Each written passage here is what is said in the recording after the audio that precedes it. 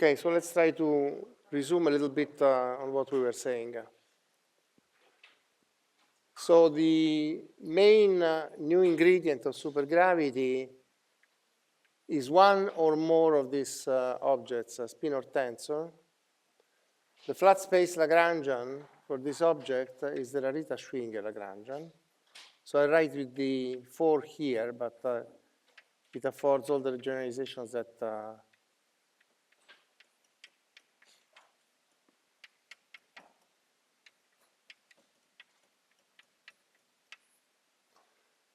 so we started to write the equations of motion.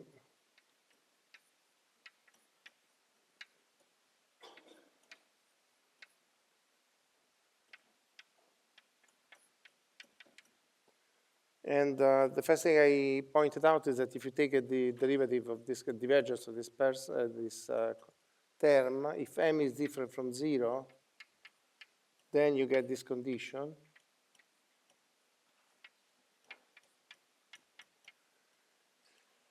Then, actually, there is a rule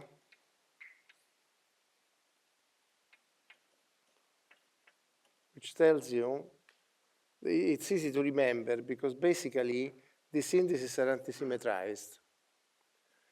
The result is to be proportional to gamma nu rho, and the question is how many independent values of mu can you sum over. So if you are in 4 dimensions, 2 values are already taken, so mu can only run over 2 values. So in general, this is d minus 2. It's the same reason why gamma mu is equal to d.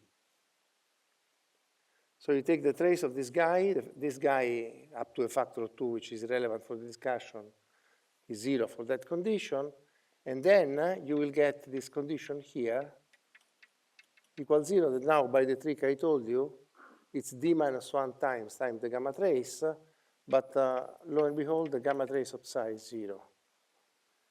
And now there is another rule that these antisymmetric combinations of gamma, so maybe I should have said it from the beginning, gamma mu nu means gamma mu, gamma nu, if mu is different from nu, I just gave it for granted, and 0 if mu is nu. So it's an antisymmetric combination. It's not the sigma mu nu that they use in quantum field theory courses. There's a factor of 2 in 4 dimensions. So it's more convenient, this stuff, because in more than 4 dimensions, you have higher order antisymmetric combinations. So if you expand this guy, this means that gamma mu nu is equal to gamma mu times gamma nu minus eta mu nu, because this way, if the indices coincide, it's 0. And then, if you expand this quantity, you will get d slash, psi slash, psi slash from the first term, and d dot psi from the second. And sorry, no, but not this. This was the first condition they had. But here I also have psi slash equals 0. So if I combine them, you see that altogether they imply you can take as independent condition divergence and gamma trace equals 0. Now if you do that, then you can simplify the equation again, because gamma mu nu becomes gamma nu minus eta mu nu. But this gives you a gamma trace, which is 0. And similarly, the first term, you can write it as gamma mu times gamma nu rho minus all intermediate traces. So you have to subtract eta mu nu gamma rho and add eta mu rho gamma nu. This is 0 by the previous condition, and the rest either gives you a gamma trace or it gives you a Dirac equation. So bottom line of this story is that here you will get d slash o psi mu, and then from this guy here, you will get minus m psi mu equals 0. So this side satisfies the Dirac equation with these 2 conditions. Now these 2 conditions eliminate the spin 1/2 portions of psi and leave you a purely spin 3/2 part. Now, if you want to see what it does in the massive case, you can take the momentum purely in the time direction. So psi 0 is eliminated by this, like in electrodynamics. d dot a equals 0 and the rest frame would eliminate a0. And this relates the other three components. So you have two independent, twice as many independent components as for Dirac, which is fine because the spin 3/2 should have 4 polarizations, with spin projections 3/2, 1/2, minus 1/2, minus 3/2. So twice as much as the Dirac equation. In the massless case, then, as we stated, you get a gauge symmetry. Because the Rarita-Schwinger equation becomes gamma mu nu rho di nu psi rho, and then it is gauge invariant under this. Then you can take this one as the analog of the Lorentz gauge, if you want, in this case. Psi slash equals 0 is a gauge condition now. If psi slash equals 0 is a gauge condition, then you take the gamma trace of the equation, which is remained only with this term. You will get this condition, but this is 0, so the divergence is again 0 now, as implied. And so you end up with the massless modes for the gravitino, which will be effectively 2 independent polarizations in the Weil case and 4 in without the Weil projection in 4 dimensions. Now the question how to couple this stuff to gravity. That's what supergravity is about. So this is just flat space. So it propagates the polarizations of a massless. First of all, you want a massless case. And the reason is that the partner of supersymmetry is the graviton. And the graviton in the usual formulation describes massless modes. So you're interested in the graviton and the massless gravitino. And now it becomes much more complicated because it's a nonlinear theory. But it can be written in a simple-looking way in 4 dimensions.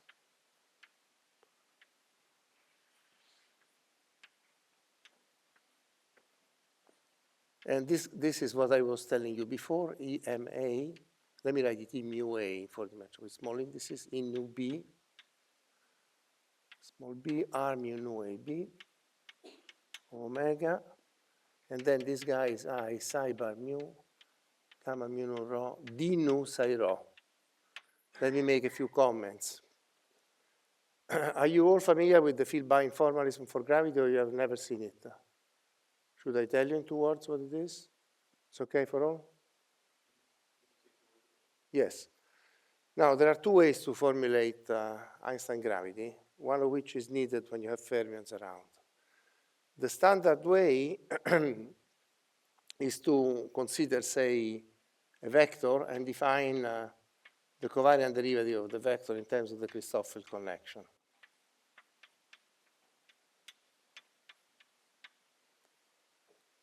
That is the standard condition. And then if you do the commutator of 2 covariant derivatives on a vector, this defines essentially the Riemann gamma rho mu nu times V alpha.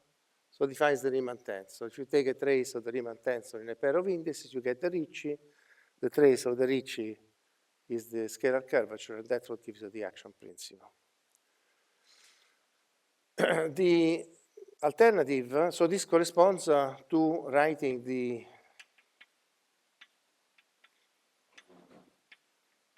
length element in this form. Now the problem is that all this stuff is fine insofar as you have general coordinate transformations like you had before, but spinors have to do with orthogonal groups, not with general linear groups. And the orthogonal group comes into the game because you have your curved manifold. You put a tangent plane in your manifold. And once you put a tangent plane, point by point, then you have the possibility to rotate the axis. And this operation corresponds to taking effectively a square root of the metric. So defining G mu nu as E mu A, E nu A. So you introduce a new object which is called moving frame, field bind, or whatever. And this object, on this object you impose constraints similar to what you impose on the metric. The metric, here I forgot to remind you, this connection here in usual coordinate basis is symmetric, and the metric is covariantly constant. These two conditions allow you to determine gamma as a function of G, no? Similarly, in the field bind formalism, you define the covariant derivative of the field bind to vanish. But in order to define this covariant derivative, you also need a connection for the Lorentz indices, and that is called the spin connection. So this covariant derivative of the field bind is defined like this. It's d mu plus a connection for the Lorentz index, and then the connection which has to do with the curve index of the field bind. Now you impose the condition that the field bind be covariantly constant. However, in supergravity, it is convenient not to impose this condition. You can, but then you get a lot of other terms here explicitly. And if you don't impose this condition, the antisymmetric part of the connection defines the torsion. And it is convenient to do that and to define omega as the solution of its equation of motion. This was a big simplification at the beginning, because when people started to study supergravity, they had to vary the field bind, the gravitino, and the spin connection. And varying the spin connection at the beginning was a mess. So much so that Ferrara, Friedman, and Van Nieuwenhuizen finished the computation of the invariance of that action by a computer. Imagine in the 1970s, a computer was not trivial to write a program to do this algebraic. They didn't have mathematics at the time. So they wrote a code, and then they found the cancellation. Then Dresser and Zumino did something different. They treated omega as an independent field, and they invented a transformation for omega.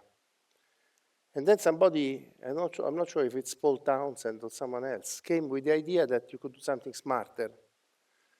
You see, the variation of an action is schematically the derivative of the action with respect to E, delta E, the derivative of the action with respect to omega, delta omega, the derivative of the action with respect to psi, delta psi.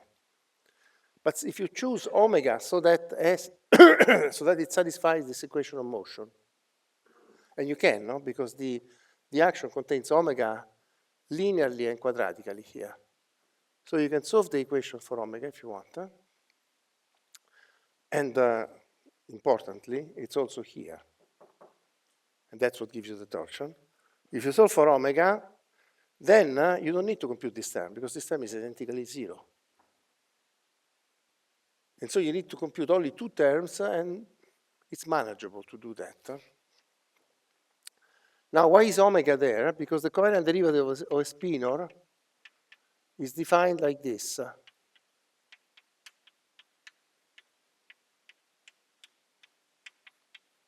Strictly speaking, in principle, you would also need this term, or rather the antisymmetric part of that term due to these gammas. But supergravity doesn't use it, because the antisymmetric part is the torsion term. And it's not a connection, it's a tensor. So it's a coupling that could be there or could not be there. In supergravity, it's just not there. So the covariant derivative of the gravitino is like this, and then you have to take this action and prove the invariance under supersymmetry of these terms. And the supersymmetry transformations are of the following type. I may even give you the coefficient correctly. The second one is obvious, because it's the the covariantization of the gauge transformation of the massless gravitino. And the first one is a transformation that it should be like that, no? Because this action has one derivative. You vary, you get two derivatives, because one derivative is here. This action has already two derivatives. In order to mix it with the other one, you don't have to produce other derivatives. And the only way to build a term like this, you should get a boson out of psi, spinor, which is the parameter, plus adjust the gamma matrix in order that the index structure is correct. And now this case is simple supergravity in 4 dimensions. They call it simple, but it's not simple at all. But this case is sort of manageable. The reason why it's manageable, and there is another complication which is hidden in omega.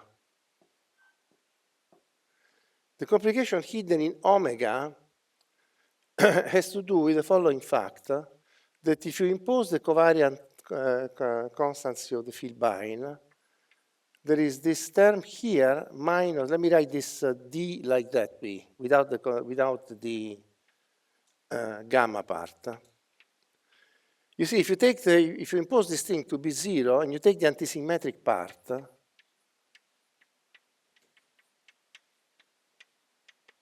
see, this stuff is gamma mu nu alpha minus gamma nu mu alpha, E alpha A. So this quantity is twice what people call the torsion tensor. And this condition here, and a precise determination of this, is precisely what comes out of the equation for omega. The equation obtained varying omega gives you precisely this condition. So it determines the torsion part. So there is a torsion part inside omega,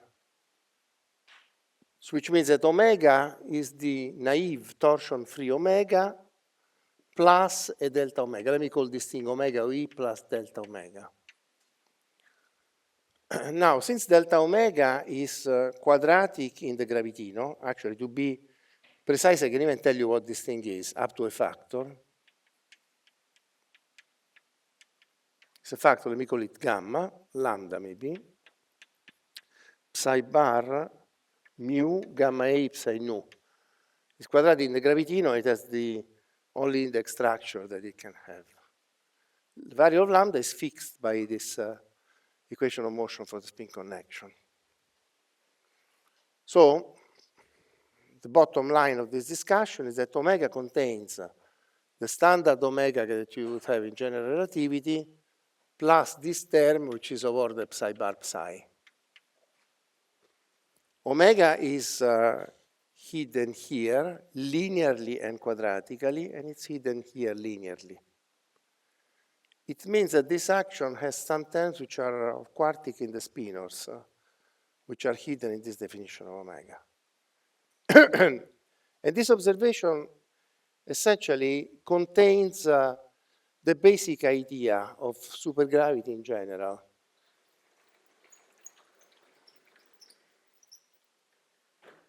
Because you see, the Einstein term, roughly speaking, has the function as the following form: a function of a boson times the derivative of a boson squared. The Rarita-Schwinger term, it's another function of boson, phi tilde, say, gravitino and derivative of gravitino. Now, this function of a boson, what is it in this case? Determinant of the field bind times some inverse field binds. Because when I write the curved spacetime counterpart of this term, I have an E in front, I have a psi bar mu, say gamma A, B, C, d nu psi rho, and then I have this A mu, A, B nu, A, C rho. Because the gamma matrices are numerical gamma matrices like in flat space. And in curved space-time, they are folded into field binds and transformed into some field-dependent objects. But here I wrote it with the gamma matrices that there should be, they are numbers. In order to contract this with the rest, you need some inverse field binds. So there are inverse field binds. So the structure is some function of bosons, generically non-polynomial, times quadratic in spinors. And these two terms mix with each other. It means that in supergravity there is a rule by which a derivative is interchanged with a pair of spinors. Because the only thing that changes between here and here, these are generic non-polynomial functions, but here there are two derivatives, here only one.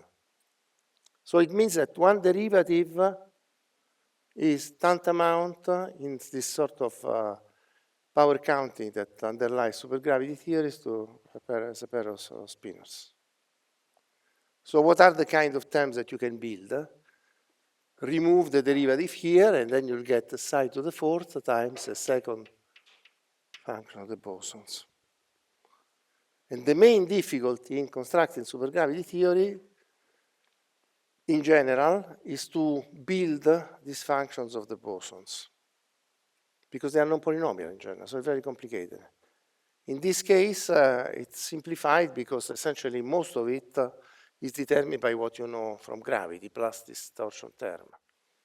But what are these supergravity theories? So in 4 dimensions, there are from n equal 1 to n equal 8. N equal 1, I told you, contains the gravitino and the Filbine. Then they start to be more and more complicated. N equal 4, say, for example, in the middle, contains a Filbine, 4 gravitini, 6 vectors, 4 spinors, and then it contains a pair of scalars, and let me call it phi phi prime.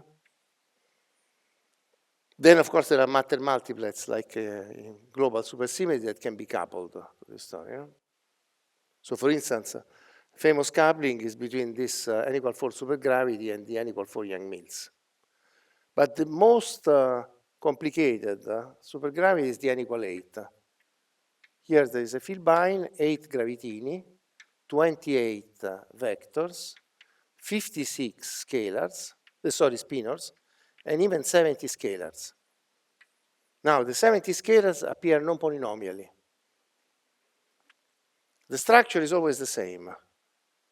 A derivative can be traded for a pair of spinors. Now, in this case, the spinors are of different type. It could be a pair of these, or one each. So you have many couplings, but the bosons appear non-polynomially. So people made progress when they started to characterize these non-polynomial ways in which the bosons appear. Effectively, the difficulty concerns scalars, not all fields. Because if you have a gauge field, then you know that the gauge field, if it's an abelian field, it will only enter through its field strength. And the field strength has already one derivative. So it cannot appear non-polynomially. But scalar fields can. And so the theories are complicated insofar as they have scalars. It took the ingenuity of Kremer and Julien to understand that these 70 scalars were parameterizing a coset space. In fact, what happens is that from n equal 4 on, the scalars parameterize homogeneous spaces, coset spaces. For n equal 1 and n equal 2, the scalar manifolds are even more general. For n equal 1, they are Kähler manifolds. Kähler manifold is essentially a special type of complex manifold, and for n equal 2, they are even more complicated. They are quaternionic manifolds. Quaternionic manifold is it's a manifold in which there is a triplet of complex structures. But studying the general properties of these manifolds, people could make progress and build up these things. The homogeneous manifolds are simpler. They are like generalized spheres, if you want. And so people know how to parameterize them and how to write kinetic terms in terms of left invariant forms, typically object of this type. For instance, the nonlinear sigma model has a kinetic term which is the trace of J mu, J mu. And so they know how to write it. This is for a group. For a coset, strictly speaking, you have to be a bit more sophisticated, introducing a gauge field here, the covariant derivative that eliminates part of the oscillations which are in the subgroup that is eliminated. But nonetheless, it can be done. And then at some point it came a very ingenious observation by Kremer, Julien, and Scherk that determined if you want this n=8 supergravity, but not only that, it led to something really spectacular. They noticed that if you go to 11 dimensions, a gravitino can be endowed not with the Weil projection because it's odd dimension, but with the Majorana projection. There is a Majorana condition that you can write in 11 dimensions. The spinor can be morally real, if you want, in 11 dimensions. It's not obvious. In order to do that, you have to be able to impose a Majorana condition, say psi equals C psi bar transposed, and make sure that the Majorana conjugate or a Majorana conjugate is the field itself. So in other words, the Majorana condition is not pseudo-real, but real. In 11 dimensions, it works. And how many components, how many degrees of freedom does this field have? 128.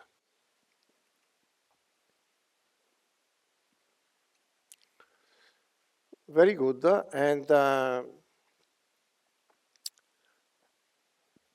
what happens in 11 dimensions? The graviton must be there, of course, no?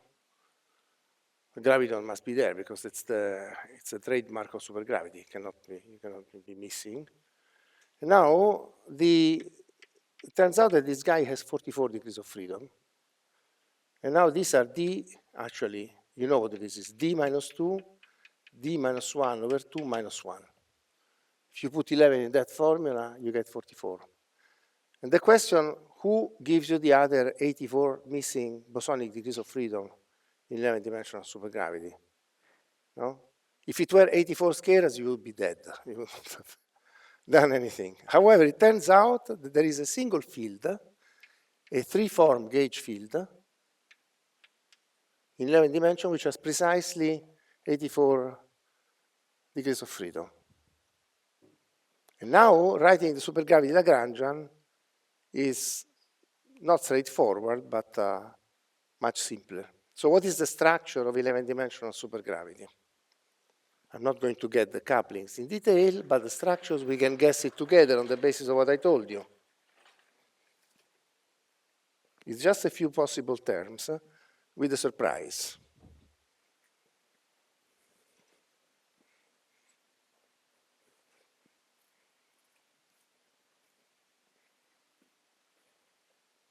And certainly, two terms we know. Let me use M and A for curved and flat 11-dimensional indices. First, there I use lower letters. For future reference, it's better I use the capital ones. So the first is the Einstein term.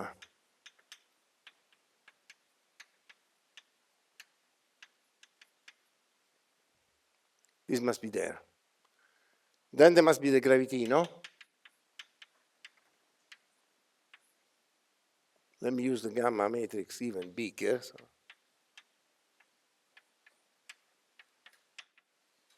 So far, so good. Huh? Then there is a gauge field. I told you this one of these gauge fields, which are generalized forms. The field strength is the exterior derivative of this object. So there is a 4-index tensor, which is the field strength. So there is a kinetic term for the field strength. Let me write it HMN PQ squared. And let's now start the trick of trading one derivative for two spinors. So there must be terms of the type psi H. We cannot use gravity because gravity has already two derivatives. The Riemann tensor has two derivatives. So the Riemann tensor is only there. So there is a term like this. Then, first, of course, there are a bunch of terms like psi. And using covariance, you only have a few coefficients to fix. At least up to here. These guys are always more complicated. And the reason why they're more complicated is because there are field identities. When you have two fermion bilinears, you have to wait some ways of reshuffling the fermion bilinears. So you have to find a basis of independent products. Otherwise, you get lost, which is what happened to the inventors of supergravity. That's why they went to the computer, because they had to do it systematically, finding a basis of independent quartic spinors at the time. But then there is a surprise, and the surprise is the following. There is an additional term that you can write.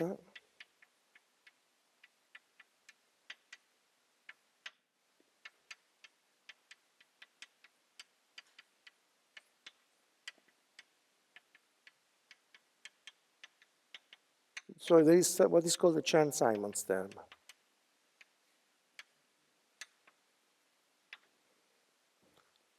There is a Chern-Simons term in 11-dimensional supergravity. This is gauge invariant, but it's gauge invariant up to a total derivative. And this is a very important observation. It's not manifestation, it's gauge invariant up to a total derivative. Now, now I go back to a couple of precise factors, which I will extract from my notes. And I will show you what happens if you take this 11-dimensional theory and you compactify it on a circle, doing what I showed you in an admittedly sketchy way this morning. Let's see if I find the right page. Yes. If you take the 11-dimensional theory,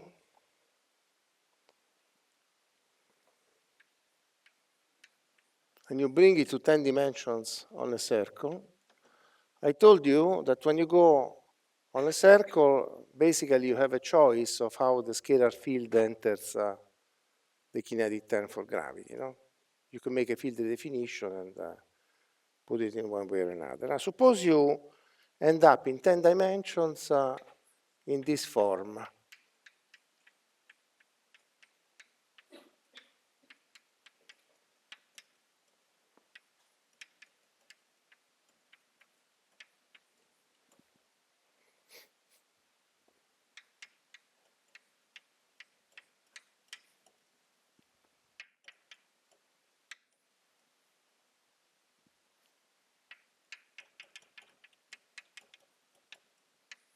So this you can arrange. What is the metric, the space-time metric that you get? I will comment on this form in a moment.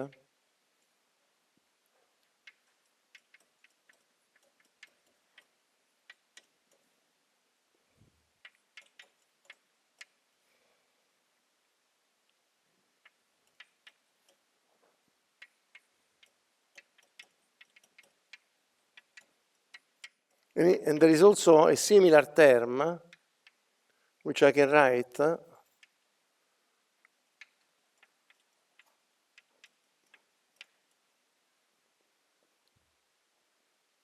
this is what you do if you do Kaluza-Klein theory.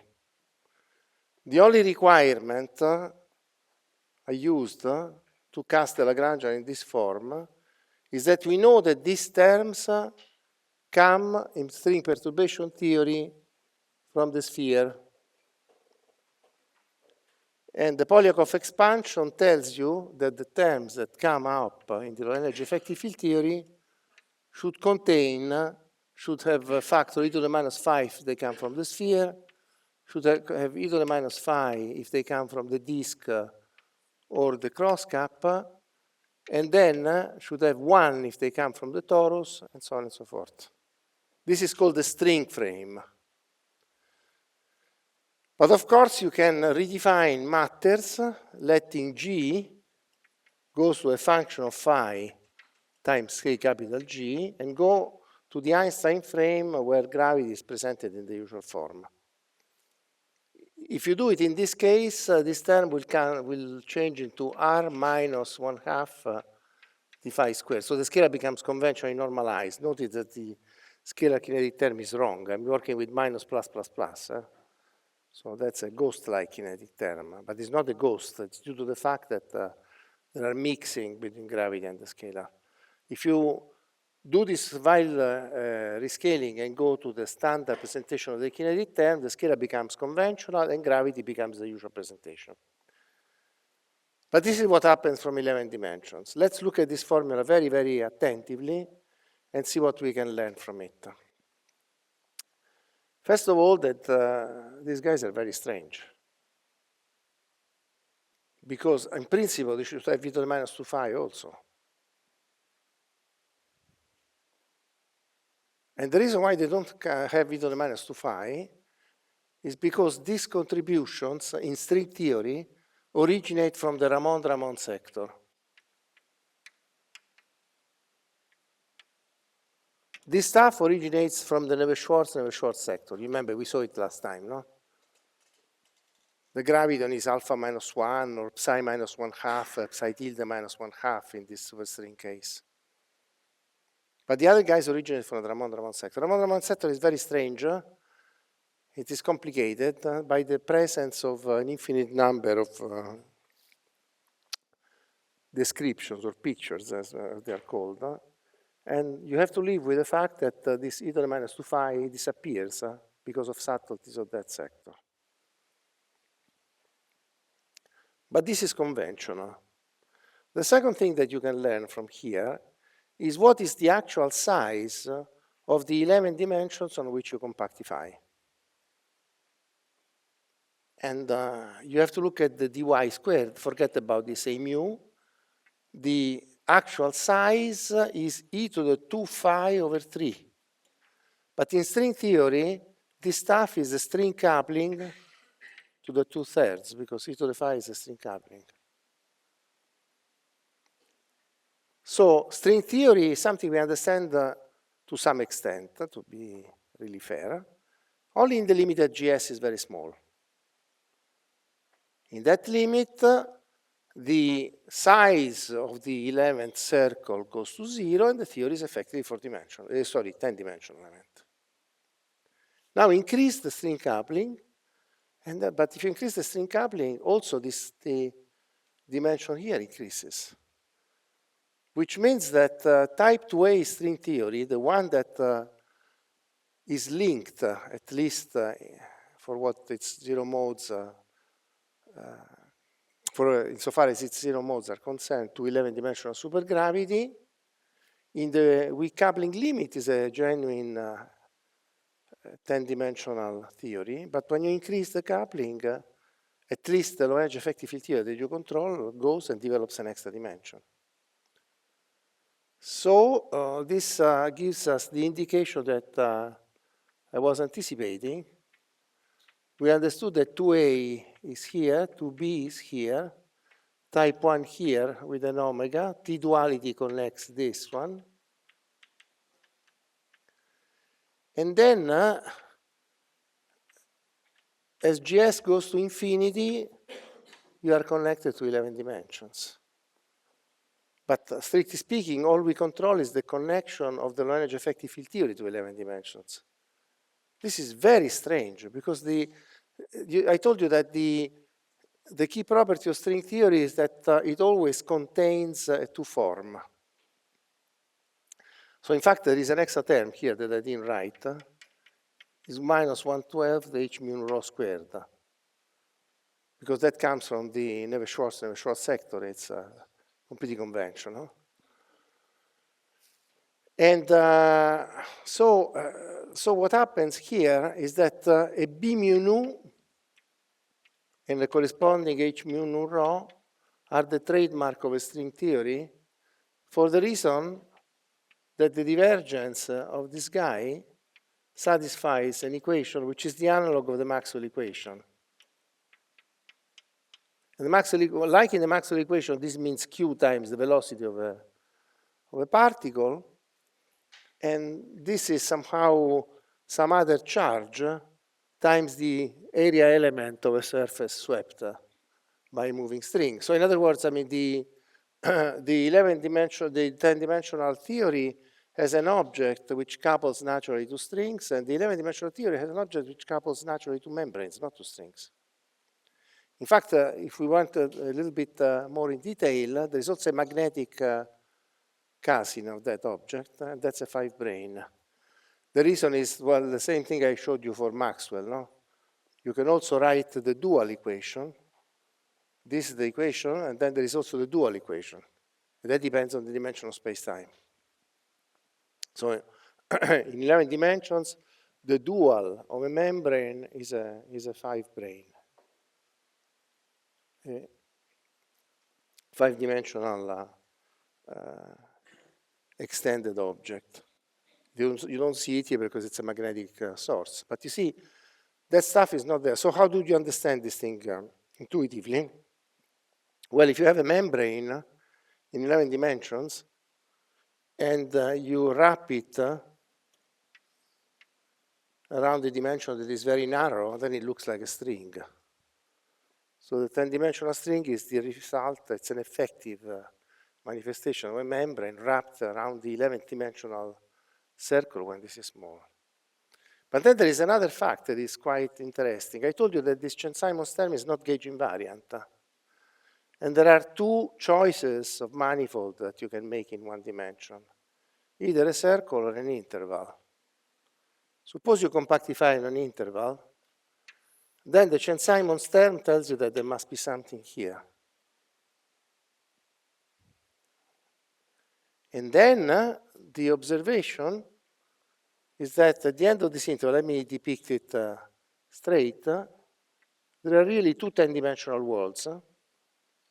Remember that the size of this integral is proportional to GS to the 2/3. So in the limit GS going to 0, these two walls are on top of each other. When GS grows, they are separated along the 11th dimension. Now, these worlds are 10-dimensional, and they host 10-dimensional Yang-Mills multiplets. And this theory, which has these two worlds separated, in the perturbative limit when GS goes to 0, becomes the HE theory. So, on a circle, you go to type 2A. On an interval, you go to the heterotic theory. And these theories are all equivalent.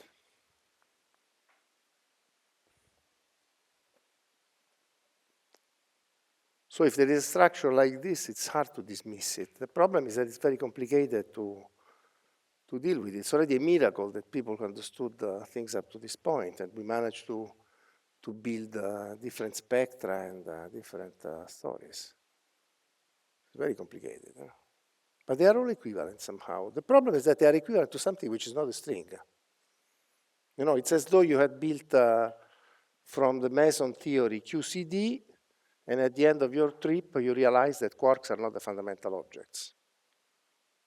That's essentially a fair translation of the situation. So there's more material to think. It's good, right? I mean, so you have stuff to do. If everything were solved, then it would be a problem. So this is one thing I wanted to tell you.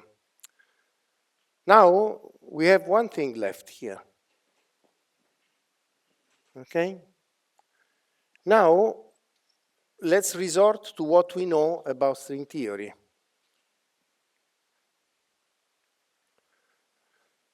To compare the low-energy effective field theory coming from the heterotic string and from the type 1 string. Now, the low-energy effective field theory coming from the heterotic string is this one.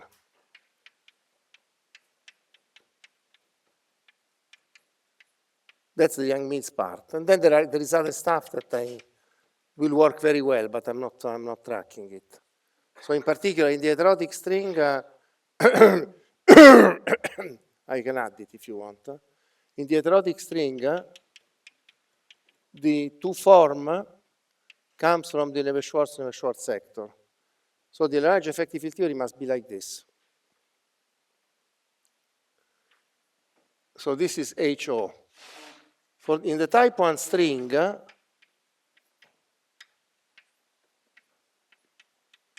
large effective field theory is a little bit different.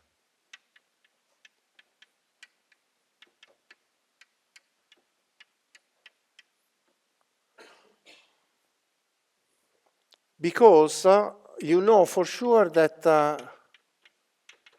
the gauge field comes from the disk.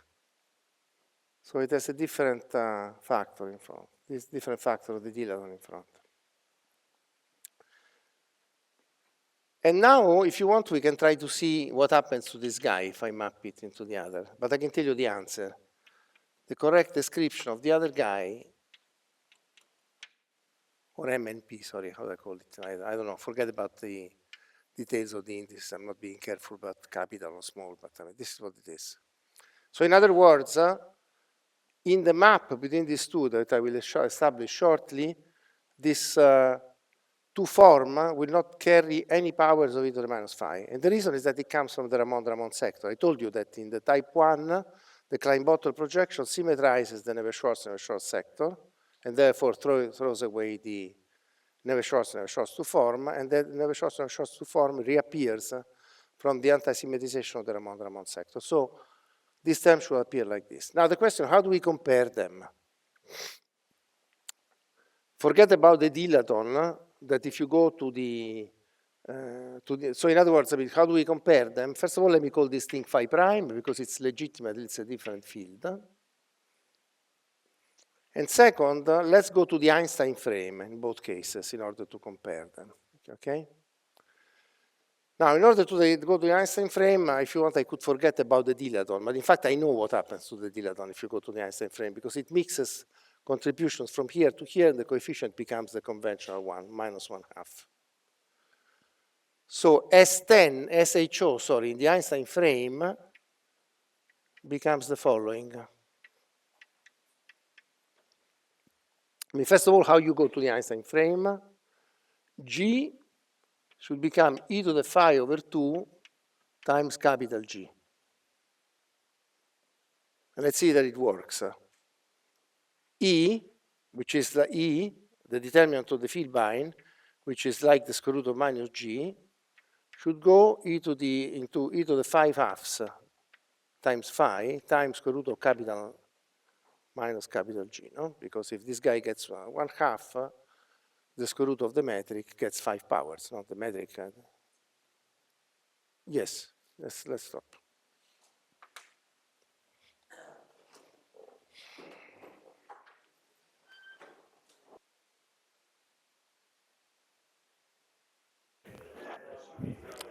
Okay, let's make this last effort. Okay? So let's perform this Weil rescaling going to the Einstein frame. In fact, let's do it assuming that the dilaton is a constant, so that we don't have to get derivatives, because otherwise you get derivatives coming out of here. It's enough to look at it for constant dilaton background. Okay? So if the dilaton is constant, then this term is not present, this term is not present, and we track what happens to this, and from this we deduce what happens to the others. So we make this Weil rescaling. Why do we make this Weil rescaling? The reason is that E times e to the minus 2 phi times G inverse, because the metric is hidden here, and not here, because the Ricci is defined independently of the metric. So if you make this rescaling, then you gain a factor e to the 5 over 2 phi from this guy. You have e to the minus 2 phi that was already there. And then the inverse matrix gets e to the minus phi over 2 times GMN RMN. And now if I did the algebra correctly, 5/2 minus 1/2 is 2, and you end up in the Einstein frame. So if you do this rescaling, I'm assuming that you took note of this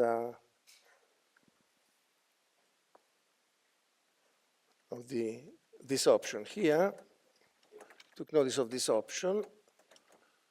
So let me see. I will write for you, term by term, what happens in the Einstein frame for the two theories.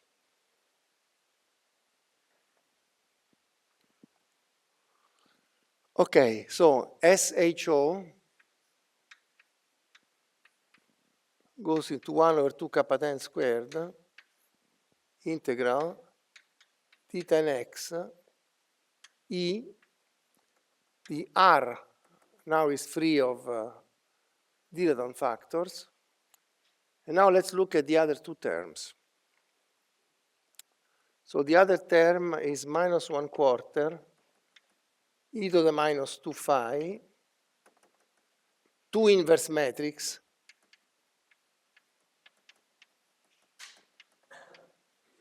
and the other one is minus 1/12 e to the minus 2 phi, 3 inverse matrix. Right? In order to contract these guys, I need 3 inverse matrix, no? And here too. So we said that this quantity here was gaining from the rescaling of the Filbine a factor e to the 5 over 2 phi. Each inverse metric gets e to the minus phi over 2. So altogether you get e to the minus phi, e to the minus 2 phi. And so altogether this factor becomes e to the minus phi over 2, I would say, no? FF. What happens to this other guy? It gains another inverse factor of the metric. So this factor gets e to the minus 2 phi, e to the 5 over 2 phi from the determinant of the Filbine, and then e to the minus 3 phi over 2, HH. So it's altogether the stuff is e to the minus phi times HH. Now let's do the type 1. Here the Diraton, we called it phi prime, but nonetheless the Einstein term is fine. The other term becomes e to the minus 1/4, sorry, minus 1/4, okay, this doesn't matter, I mean, really. Then you get e to the minus phi prime. You already see what's happening, no? Because you get e to the 5 phi prime over 2. This comes from the rescaling of the determinant of the Filbine. And then you have 2 inverse matrix. So you get another e to the minus phi prime, f and f. Look at the overall power. You have one less, so this stuff becomes e to the phi prime over 2, ff. Let's do also the other guy that is instructive. So the other guy, you have nothing in front to begin with, e to the 5 phi prime over 2 from the rescaling of the metric, minus, let's see, minus 3 phi prime over 2 from the 3 phi prime over 2 from this, precisely, yes. So what is this thing? 5 minus 3 half is 1, so you get e to the phi prime HH. Now compare. How can these things be mapped into each other? Yes, they can. E phi prime is minus phi. But e to the phi prime is g of g of the type 1 string. And e to the phi is g of the HO string. So you see that G1 is 1 over GHO. So it's like an electric magnetic duality. And then once you do that, the coupling of these guys is completely consistent because this is e to the minus phi, this is the same thing. So you see it's consistent to assume to begin with that h squared is of that form. As pertains to Ramond-Ramond, fields like in type 2A. So now we've gone all the way through. These are connected by GS equal 1 over GS, and that's it. What about the massive fields? What's in theory? All of this holds like... Yeah, but we don't know anything about that. That's why I said this is a conjecture, because there are plausibility arguments based on a draw-edge effective field theory, but we have not the slightest clue of, well, this is a bit exaggerated. I mean, they have some maps, you have some maps about the soliton, between the solitons, but no explicit map within the, you know, they're very different representations. For instance, one thing I didn't show you because I didn't have enough time, you can ask yourself, how do the string states, the number of string states, how does it grow with the mass, no? Just for the bosonic string. And there is a nice argument, which is essentially rephrasing in physical terms of an old calculation of Hardy and Ramanujan, that shows you that the number of string states grows exponentially with the mass level.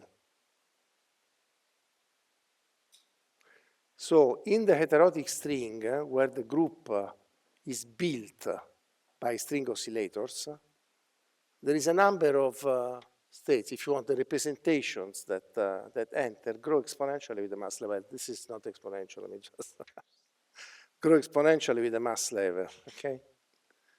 In the open string, the number of states that you get are always, of course, the number of bulk states grows exponentially, but the type of representations are always the same, symmetric and symmetric, symmetric and symmetric. So mapping them would mean mapping representations which are tensors of finite rank into tensors of arbitrary rank, and in fact even spinor representations, because you saw that the spinor representations emerge at the massive levels. So we don't know that, but the plausibility argument is there. Okay?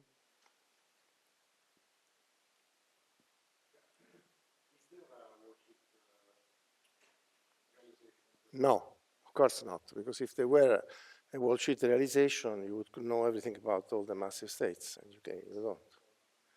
Because the worldsheets are very different.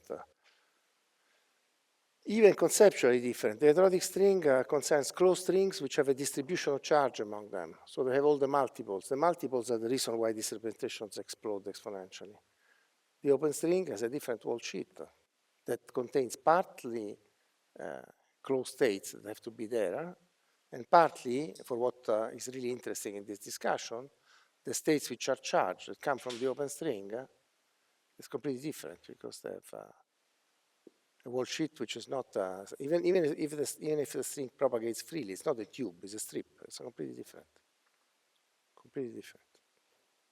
And yet, the knowledge of, see, but if you want, all these arguments are telling you that supergravity is very powerful.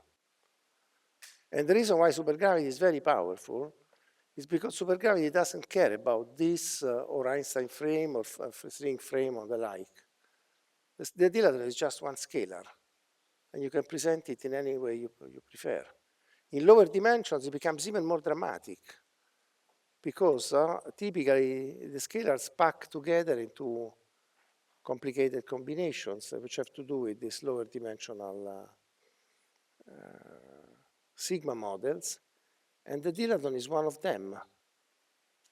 And string theory gives you one presentation in which the dilaton stands out by itself. It's like a choice of coordinates, if you want, in the scalar moduli space. So supergravity is very fast, but this is not a surprise. People who studied pion physics, they knew that the low energy effective field theory of pions is very, very powerful.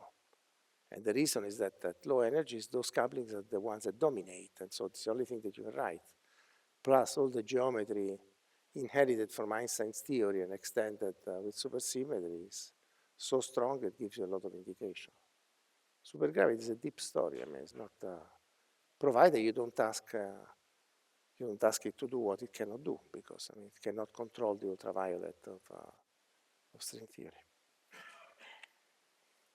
So this is one story. Now I want to detail a little bit more about toroidal compactification, because, but before that, let's try to summarize what we have learned. What we've learned is that in 10 dimensions, we have these 6 supersymmetric models. Let me do it here. There is a bunch of other supersymmetric models that we cannot connect by continuous transformations to these ones, but by disorbifold or orientifold-like steps. So you have this, this diagram that you've seen many times.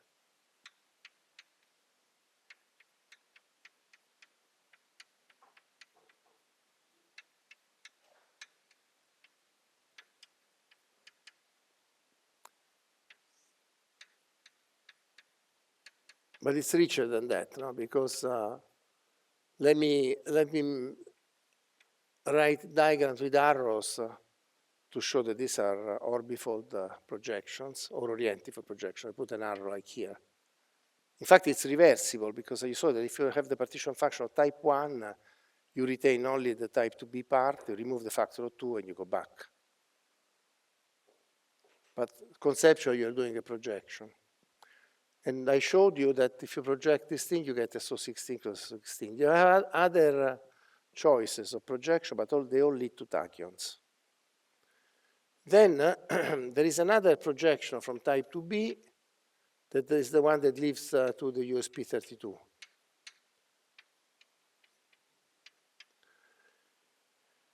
And then there is another projection from type 2b which leads to 0b and then eventually to this 0 prime b, which is this third theory, which is tachyon-free. That's all we know about 10 dimensions.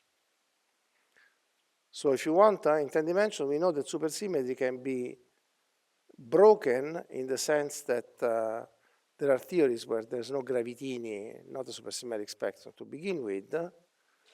And if you confine the attention to tachyon-free cases, this is what happens for this and this. And then there is another very strange option that supersymmetry can be present but non linearly realized. And this strange circumstance is sometimes called brane supersymmetry breaking. The other thing I showed you today, maybe I should comment a little bit from another vantage point on what I showed you, because I showed you that you can take the SO32 superstring and complicate matters a little bit so that the open spectrum becomes described by this expression.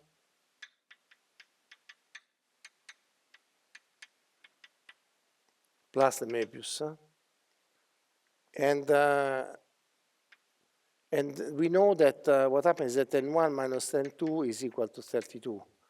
And that you get a dilaton tadpole as soon as N2 appears. In the brane picture, when N2 is equal to 0, you have space filling D9 branes, no? Because you are in 10 dimensions, D9 brane has 9 space dimensions. When it propagates, it fills all space-time. The reason why you get tachyons in this case is that you add also anti-branes. And from the partition functions, you can see the charges and the tensions of these objects. The tension of these objects, you can see it from the coefficient of V. Maybe I should show you in a moment because it's interesting. This partition function contains everything, so you can tell the tension and the charges of the extended object. But let me first finish this statement. The standard case, the supersymmetric one, has this space filling D9 branes, and then there is this idea of the orientifold that is something that lies at the end of the world and mixes the left and the right. If you want, it's the space-time interpretation of the Klein-Bottom projection, if you want.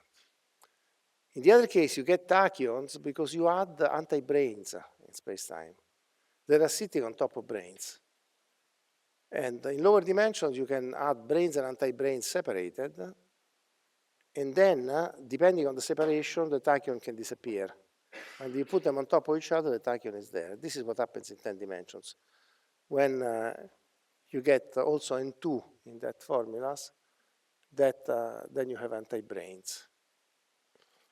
Now, if I write the partition function completely, but I have to write it in the transverse channel, in the vacuum channel, from the coefficient of the partition function, you can get the tension and the charge of these objects, up to a normalization, of course, no? Because in computing this partition function, I threw away an overall normalization in order to give a particle interpretation of what I read in the direct channel. No?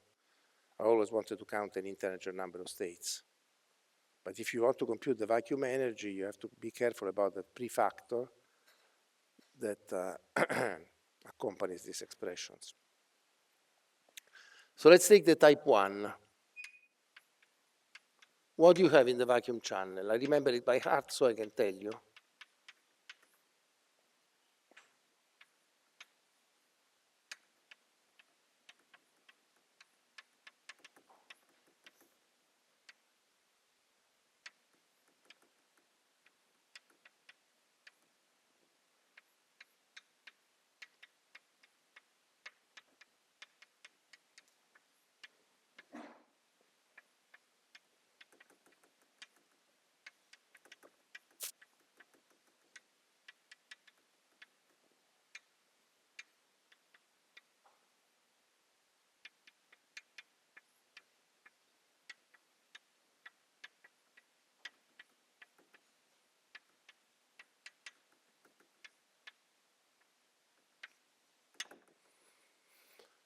So let's recall the meaning of these terms. Start from the annulus, which is the simplest one to understand. So the annulus is boundary, tube, propagator, boundary. Now, in this tube, there are two characters that flow, V8 and minus S8, because this is the proper basis of characters in 10 dimensions. Well, the coefficient of V8 really is the physical meaning is the coefficient of V8, V8 bar that couples to this thing. Why do I say V8, V8 bar? Because you are on a tube. When you reflect, think of the open string, of the standard vibrating string that you studied at school. If it's closed, you have left and right modes. If you have a boundary, that converts one mode into the other. So because of reflection, which can be different depending on whether you have Dirichlet or non-boundary condition. Here is the same. So here you only see one set of modes, but effectively it's the closed spectrum. And what is the object that couples in a Lorentz invariant way to the boundary is the dilaton. So effectively, this contribution, the massless portion of this contribution, computes the coupling of the dilaton to the boundary. So what is the physical meaning of what's happening here? You have the coupling, you go to the limit in which the tube is very long. When the tube is very long, you get a divergence on the massless modes because it comes from this. But this divergence, if you want, is the same thing as doing e to the minus p, 1 over p squared at p equals 0. Because for all the massive modes, you would have e to the minus lm squared, and this thing is 1 over m squared. So the divergent part that comes from the L-independent part of the integrand, which concerns the massless modes which are interchanged, you can understand it by comparison with the massive case. In the massive case, you will get 1 over m squared. Here you get a divergence because it's like 1 over p squared for p equals 0. But the residue of that is well defined. So what is the residue of that? Up to a normalization, the residue is the square root of this guy. Factor 2, I can include it, but it's sort of a combinatoric factor. So this tells you that this coupling here, up to a proportionality factor, is proportional to n 2 to the minus 5 over 2. Sorry, why are we focusing on the dilaton factors? And the boundary couples also to the gravity of Ramon-Ramon. Yes, but first of all, Ramon-Ramon doesn't concern this sector because I'm looking at V8. I see. So I already made this, then we'll come back to Ramon-Ramon. Second, the only object that, since the boundary is a scalar object, if you want, doesn't have any direction, no? It's like a mirror which is scalar. The only way to write an invariant coupling is for the dilaton. Because the dilaton can reflect, if I want to get the graviton to be coupled to the boundary, you should find a boundary that contracts h mu nu, right? Same thing, to couple a vector to a boundary, you have to find the boundary. So it's not a boundary which is a scalar boundary, no? The boundary contains a direction in it, which is not the case. This boundary has no direction. It's a bit formal, I understand, because it invades all of space-time, but still it's a Lorentz invariant boundary.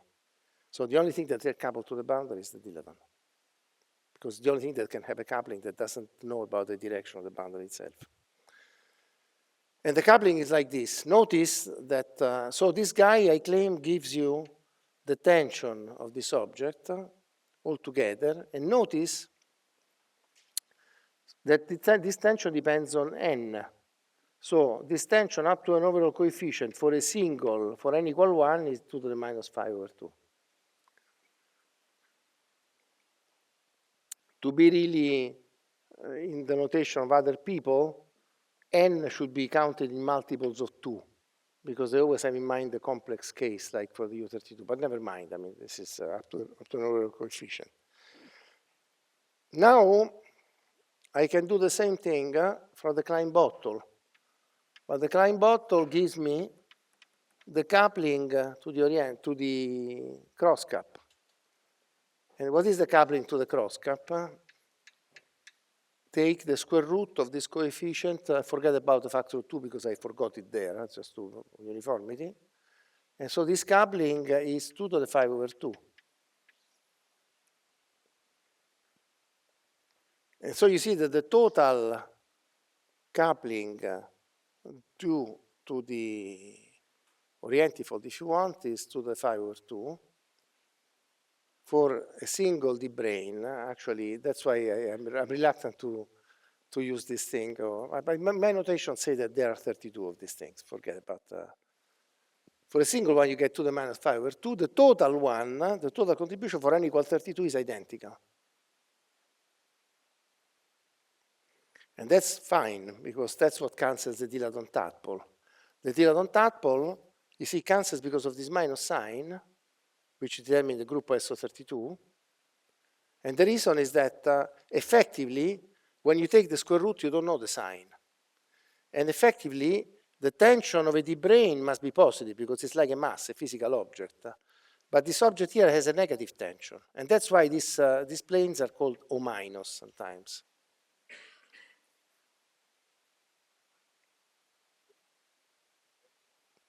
How do I see the sign of this tension? From the Möbius strip.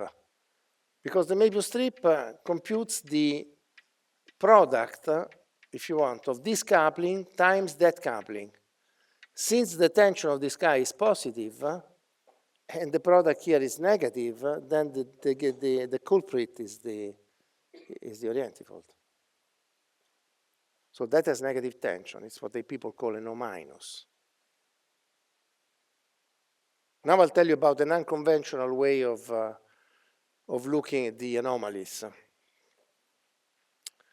Repeat the same exercise for the Ramond case. I'll do it here so that you can keep that. No, or maybe what is more convenient, up, down, or maybe here.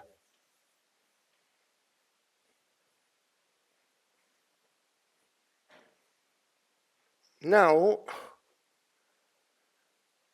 strictly speaking, the Ramond sector, I told you a priori in type 2b, contains a two-form B prime, a self-dual for form, and another scalar, an axion. Now, the axion in principle should not have non-derivative couplings because the axion is by definition. No? However, if you look at the S8 part, you can repeat the same computation for the minus S8 sector. What is the coupling of the minus S8 sector to the boundary? It's the square root of this guy. So it's n 2 to the minus 5 over 2.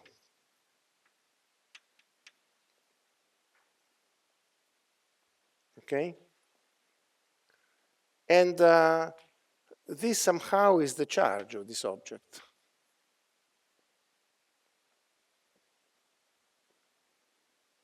Okay? Because it's the way it couples to Ramond fields. So in some sense, it's like it's the analog of this coupling for particles. If you have a coupling like that for particles, you say that Q is the charge, no? Provided you normalize the kinetic term properly and so on and so forth. But that's okay, let's redo it for the orientifold. Again, up to a sign. What matters is the relative sign, because when I take the square root, I always have an ambiguity of sign. No? And here, I resolve the ambiguity for the brane, because the brane better have a positive tension. It's like a mass per unit volume. The other object is a formal object, so you can assign it. And you are forced to, because from the Möbius strip. Now again, from the Möbius strip, you find that it's opposite. So if one is positive, the other one is negative. Okay, so let's give this guy minus and this guy plus. It's a good convention, because you see that this contribution here is then minus 2 to the 5 over 2. So the tension of the orientifold that you read from here, which was a minus at some point, sorry, it was here, this was the tension of the brane. The tension of the orientifold and the charge of the orientifold are identical, which is typical of a BPS object. Okay? At the same time, the charge of the branes is equal to the tension of the branes, which I wrote somewhere here, brane by brane, and even if the total. So the branes are also BPS objects. So you fill the vacuum with BPS branes and BPS orientifolds. And the anomaly cancellation condition is precisely the condition that the overall charge cancels. It's the analog in this complicated context of taking a sphere, putting a charge on the sphere, and noticing that the lines of force must close on the other side. You can't put a charge on a sphere, you can put a dipole on a sphere. And since this object fills all of space-time, the lines of force have nowhere to go, they have to cancel. So the system must be completely neutral. Now, the non-conventional way of seeing these things is that there is also this thing here. So if you take naively the coupling of the Ramond-Ramond sector, it must be a coupling of this scalar here. Because the only Lorentz invariant thing that you can write coupling to the boundary is this Ramond-Ramond scalar. You can have two objections. First of all, it's an axion and should not have non-derivative couplings. Ramond-Ramond fields are so complicated that I can grant you that in front of a boundary, this guy can have a non-derivative coupling. But what is very bad is that this field is not in the spectrum, because the Klein-Bottom projection threw it away. So you cannot have something that is not in the spectrum that reappears and couples. It's inconsistent. And that's why it's related to the anomalies. If we do the same computation, let me do it because it's very instructive, for the USP32 theory, and it's very simple, all I need to do is to change the Möbius strip. What happens if I change the Möbius strip?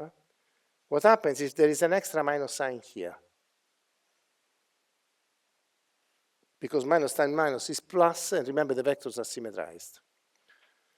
So this means the following. The numbers being the same, you have this object here, where the tension is positive, and you have this object here, but now the tension is positive, because minus times minus is plus. So the tension of the orientifold is also positive. The charges are opposite, however, because of this contribution, no? Because remember, the important object is minus s, with a minus in front, so it means that this object here, say, has positive charge. Let's leave it, make it BPS, and this object here has negative charge.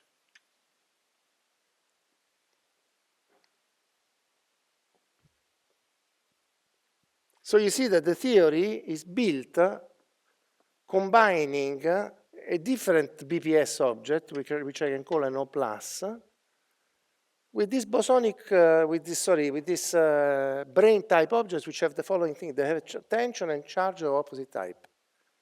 But compared to the ones we had before, only the charges flipped, and so these are anti-branes.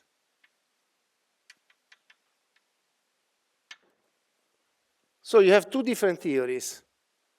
The SO32, in which you have a vacuum filled with BPS D branes and BPS O minus. And the USP32, in which the BPS, the orientifold, becomes an O+. And in order to compensate the charge, which you are forced to do for this anomaly story or for the other reasons I gave you before, the only way to compensate it is that this guy should have a negative charge. And to have a negative charge and positive tension, it's an anti-BPS object, so it's an anti-brane. The same kind of considerations you can do for the U32 theory, in which you will find that these objects, the orientifolds in that case, have zero tension. if you go back to the notes, you will see that K tilde contains only S, there's no V. V is the one from which you read the tension. So the orientifold in that case have no tension. And of course, it's not a supersymmetric theory. They're not BPS and there's no... So you see, that's the difference. BPS, both of them, and with this convention, you have the orientifold, which is positive tension. But then you see what happens, that the charge cancels and the tension adds.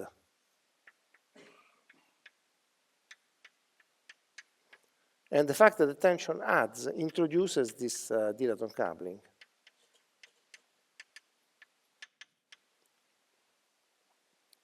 The reason is that this divergent term is telling you that the theory has an extra coupling, that if you want, that cancels the divergence, you can put it like this.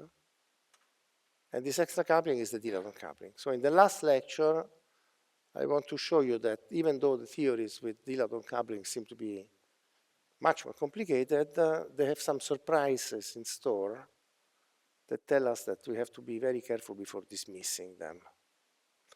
But before doing that, I have 5 more minutes, and I will tell you about another way of breaking supersymmetry, which is called the Scherk-Schwarz mechanism.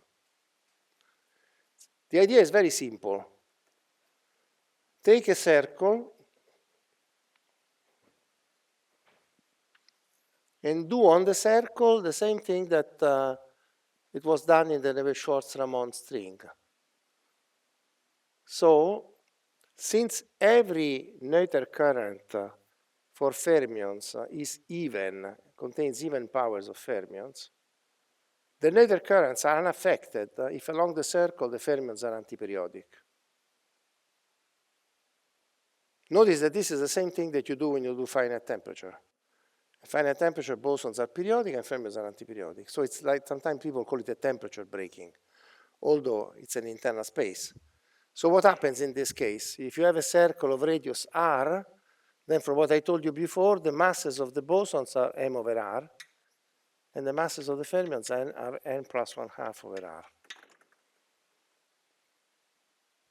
Now, in field theory, in principle, you can be more sophisticated, but in string theory, you can only do these discrete breakings. Not only you can only do these discrete breakings, because you see, suppose you have a situation like this. Okay, say, okay, fine, great. I can get any kind of separation in mass between bosons and fermions, making the radius as small as possible, because the separation is 1 over 2r. But in string theory, you cannot. And the reason is that the vacuum becomes unstable when the radius becomes of order square root of alpha prime. And modular invariance dictates that. So I will write a few things that then we will continue to discuss next time so that you start seeing them. In fact, I cannot even write them. I must build up some material. And the material is to show you how to write the partition function associated to the compactification on a circle. So let's do that. Maybe this part I can do, and then we go home that we are rightfully tired. So if you recall the derivation that I did, at some point I told you many times that 1 over square root of tau 2 is the contribution to the partition function of every internal dimension. So it's as though every internal dimension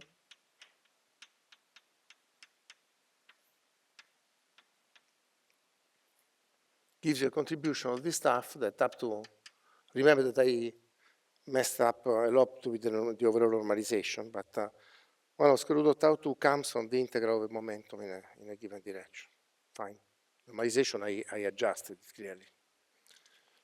Now I tell you that if you have a compact dimension, remember that, as I showed you this morning, the 2 alpha prime P for a compact dimension splits into alpha prime m over r plus nr over alpha prime. Nr over alpha prime times tau plus sigma and then alpha prime m over r minus nr over alpha prime tau minus sigma. Now I claim that this partition function, so define q equal e to the 2 pi I tau and q bar equal e to the minus 2 pi I tau bar. And I claim that this term here for a circle becomes the sum over m and n q to the alpha prime over 4 m over r plus n r over alpha prime q bar to the alpha prime over 4 m over r minus n r over alpha prime squared. And if you want, actually, I could have added this stuff. This came from the string oscillators. And notice that this quantity is modular invariant. And the claim is that for finite values of r, you get another modular invariant quantity, which is this one, normalized in that way. Why do I normalize it like this? Because for r going to infinity, it should tend to the previous expression. Let's try to make sure at least that this limit is correct. The fact that it's modular invariant, we will see tomorrow. Okay? So if I let r go into infinity, then clearly the only relevant term here is n equals 0, because otherwise, remember that you see that if you look at the denominator in detail, the denominator is q bar to the alpha prime over 4 m over r squared plus n r over alpha prime squared. And then there is the mixed term.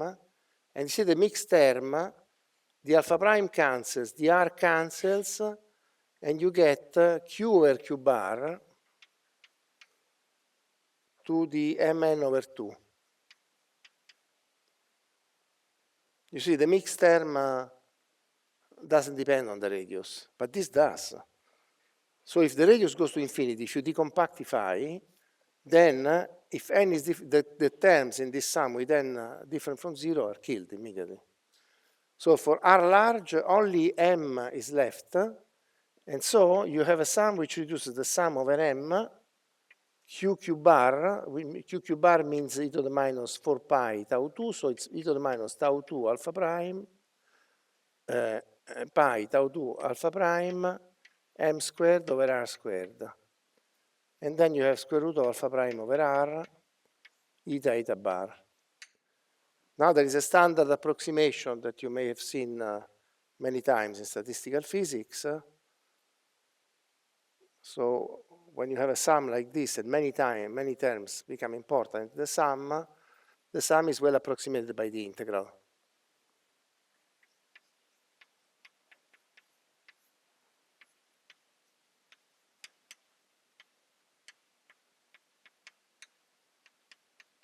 The integral is a simple Gaussian integral and gives you r over square root of alpha prime, which cancels the prefactor, and also I forgot the most important, square root of tau 2. So the claim is that this expression, when r goes to infinity, reduces to the previous one. This expression also entails the T-duality, because the masses, you see that all you need to do is interchange m and n if r goes to alpha prime over r. No? So it's a T-dual, T-self-dual spectrum, rather. So tomorrow we will elaborate a little bit more on this, and I'll show you the subtlety about Scherk-Schwarz breaking, and then we will take up these theories, these 10-dimensional non-supersymmetric theories, which have a Dirac tadpole, and I'll show you that maybe they have some very striking